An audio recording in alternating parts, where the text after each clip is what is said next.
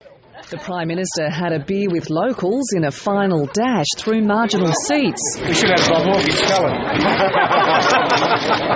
Then you would have needed a yard glass. Her pool skills needed a bit of work. Oh, shocker. Shocker. But she did win a meat raffle. I won it. Tony Abbott also went to a pub but opted for a shandy in the middle of his 36-hour political marathon. Look, I am going to have one of the wussiest drinks of all time. The opposition leader's night on the hustings took in a ferry trip to Manly and a police station on the other side of the city. Don't favour anyone. It's very tempting. He kept up the pace, stopping at a fish and flower market. You know, I reckon it's going to go right down to the wire. If it was Tony Abbott's longest night, it's turning into Julia Gillard's longest day. The Prime Minister's early morning radio blitz saw her get caught up in an FM radio stunt with an old adversary. There's a facility in Nauru that's built, ready to go. They're happy to have it. You wouldn't have to have dialogue. You just start transporting the people there instead of doing what you're doing in Western Australia.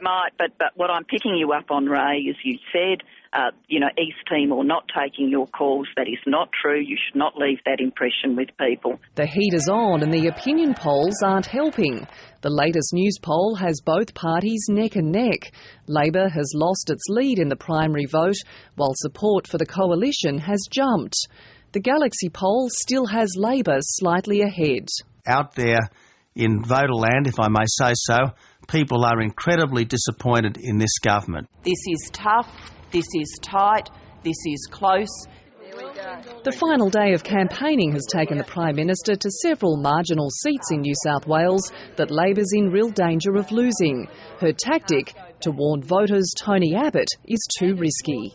There is a real risk that work choices will be back. Mr Abbott has always supported work choices. The opposition leader insists he won't be dancing around with any changes to industrial relations laws.